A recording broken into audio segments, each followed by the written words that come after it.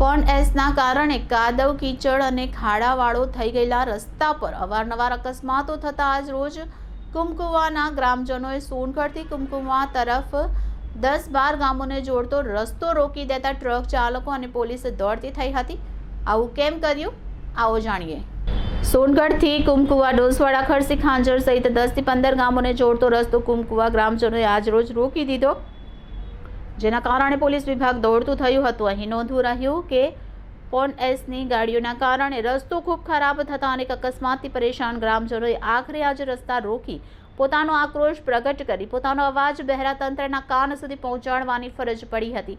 ગ્રામજનોના જણાવ્યા પ્રમાણે પોલીસમાં અને તંત્રમાં અનેકવાર રજૂઆત કરવા છતાં સમસ્યાનું નિરાકરણ ન આવતા અંતે ગ્રામજનોએ રસ્તો રોકવો પડ્યો હતો। આ પ્રસંગે દોડી ગયેલી પોલીસ અને ટ્રકના માલિકોને ચીમકી આપતા એમણે જણાવ્યું હતું કે હવે જો પોન એસની ગાડીઓ અહીં ખાલી કરવા આવશે તો ગ્રામજનોએ ગાડીઓ સળગાવી દેવાની ચીમકી આપી હતી, જેની સંપૂર્ણ જવાબદારી ટ્રક માલિકની અને તંત્રની રહેશે। અહીં એ પણ નોંધવું રહ્યું કે વાલોડની હિલ પ્રાઇવેટ લિમિટેડ સહિત સુરત અને સેલવાસની કંપનીઓના અહીં આવેલા ગોડાઉનથી આ સમસ્યા ઊભી થઈ હોવાની ગ્રામજનોએ ફરિયાદ કરી હતી, પરંતુ જેમની જમીન હતી તેવા નિમિત્ત કપલેટિયાએ આ અંગે એકદમ ઉડાવ જવાબ આપ્યો હતો, જેથી ગ્રામજનો ખૂબ આક્રોશિત થયા હતા અને જે થાય તે પણ હવે આજ પછી અહીં એક પણ ટ્રક ન આવવી જોઈએ અને જો આવી તો પરિણામ સારું નહીં થશે એવી સ્પષ્ટ સૂચના આપી હતી। ત્યારે એમનો આક્રોશ જોઈ પોલીસ અને ટ્રક ચાલકોએ સ્થળ પર પહોંચી રસ્તો સાફ કરાવી સમસ્યાનું નિરાકરણ લાવવાની કોશિશ હાથ ધરી છે, જે કેટલી સફળ થાય છે તે આવનાર દિવસોમાં જોવું રહ્યું।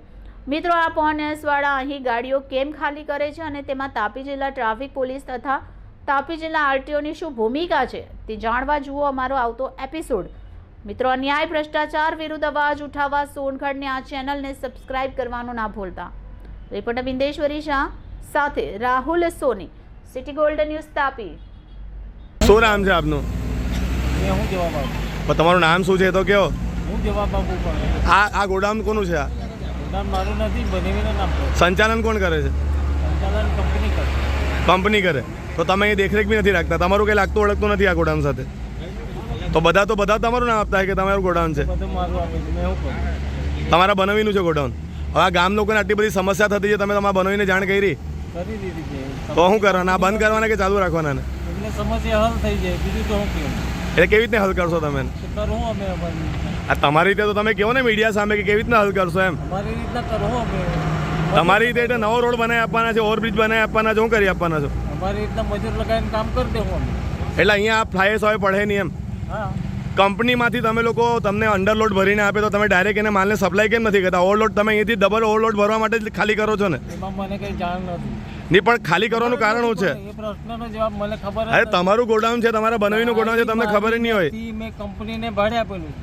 તમે કંપનીને ભાડે આપેલું છે તો કંપની એ કંઈ બી કરે તમને વાંધો નથી? કંપની કંઈ બી કરે એવો વાંધો એવી વાત નથી।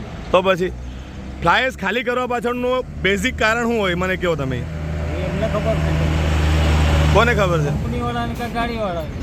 કંપનીવાળા ગાડીવાળું કોણ છે ને કંપનીવાળું કોણ છે? શું નામ છે એ લોકોને? હિલ કંપની કઈ? Hill hill company? એ હિલ કંપની આવીને ખાલી કરે છે તો તમને એક વસ્તુ બેઝિક, તમે ભણેલા ગણેલા માણસો, તમને એટલું ખ્યાલ આવે કે નહીં કે આ વ્યક્તિને કંપનીમાંથી અંડરલોડ ભરીને આપી દે, માલ બિલ્ટી કાઢીને આપી દે, તો લોકો અહીંયા કેમ ખાલી કરે પછી? મને ખબર છે। હિલ કંપનીનો કોઈ કોન્ટેક્ટ નંબર છે તમારો?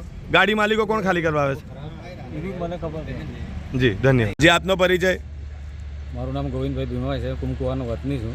ગોવિંદભાઈ, આ રસ્તો તમે કેમ આજે જામ કરી દીધો, કેમ બંધ કરી દીધો? રસ્તો એટલે સાહેબ આ લગભગ 1-2 મહિનાથી એ લોકો અહીં પાવડર ખાલી કરે છે ને રસ્તાની હાલત ખરાબ થઈ ગયેલી છે અને 10 થી 15 ગામડા અહીંથી 2 વ્હીલ લઈને પસાર કરે છે લોકો। જે દવાખાને જવાના એ દવાખાને જાય છે, પણ અહીંયા રસ્તો આટલો બધો ખરાબ થઈ ગયેલો છે કે આ ગાડીવાળા પડી જવાનો સંભવ રહેતો છે। પડી ગયેલા છે, કેટલા ખાંજરના કાલે પડી ગયા। એટલે અમારા પાસે ઘણીવાર ફરિયાદ ગયેલી। કુમકુવા ગામ અમારું નજીક પડે છે, અમે વડીલ તરીકે છે, આગેવાન તરીકે, એટલે અમારી પાસે પ્રતિચાર કરતા છે એ લોકો, એટલે અમે જાણ કરેલી, પોલીસ સ્ટેશનમાં બી જાણ કરેલી અમે વિપુલ દાદાને ને બધા ગામ ભેગા થયા અને અહીંયા આવ્યા તો રસ્તાની હાલત આટલી ખરાબ છે કે અહીંથી ચાલતી જવાની તકલીફ પડી ગયેલી છે। એટલે આ રસ્તો જે ખાલી કરતા છે એ અહીંયા ખાલી કરે નહીં અને એના માલિકને બી જાણ કરી છે કે બીજે દિવસે આ ગાડી આવશે તમે હળગાઈ દેવાશું નહીં તો ગમે તે કર્યું તે જવાબદારી અમારી રહેશે નહીં। એ ગામજનોએ અમારી આ અપીલ છે અને આજથી આ એક બી ગાડીઓ અમને જોઈએ નહીં અહીંયા। અને રસ્તો ખુલ્લો જોઈએ. અને જે રસ્તામાં પડેલું છે પાવડર એ લોકો આ ગાડી માલિકો છે એ લોકો જીસીબીથી હરકું કરાવી આપે ને રસ્તો સાફ કરી આપે, એ જ અમારી ગામવાળાની માંગ છે. જી આપનો પરિચય? દીપકભાઈ, હવે આ ગાડી આજે રસ્તો તમે રોકી રાખેલો છે એના પાછળનું કારણ શું છે? હવે સાહેબ કાલની જ વાત કરીએ સાંજની કે મેં આવતો હતો ત્યારે તે ટાઈમ પર અહીંયા પડી ગયેલો મેં, એટલે સવારે આવ્યો પાછું જોયું મેં તો તેવી જ હાલત છે આજે બી. એટલે અમને એવું લાગતું છે કે આ જે પાવડર ખાલી કરે છે એ લોકોને કાયમ માટે બંધ કરવા જોઈએ. અને જો એવું અમે નિર્ણય લીધું છે બધા ગામવાળાએ ભેગા થઈને કે જો કદાચ આ નહીં ભેગો થશે, અમે ફરિયાદ કરી છે પોલીસ સ્ટેશનમાં, બધે જ ફરિયાદ કરી છે.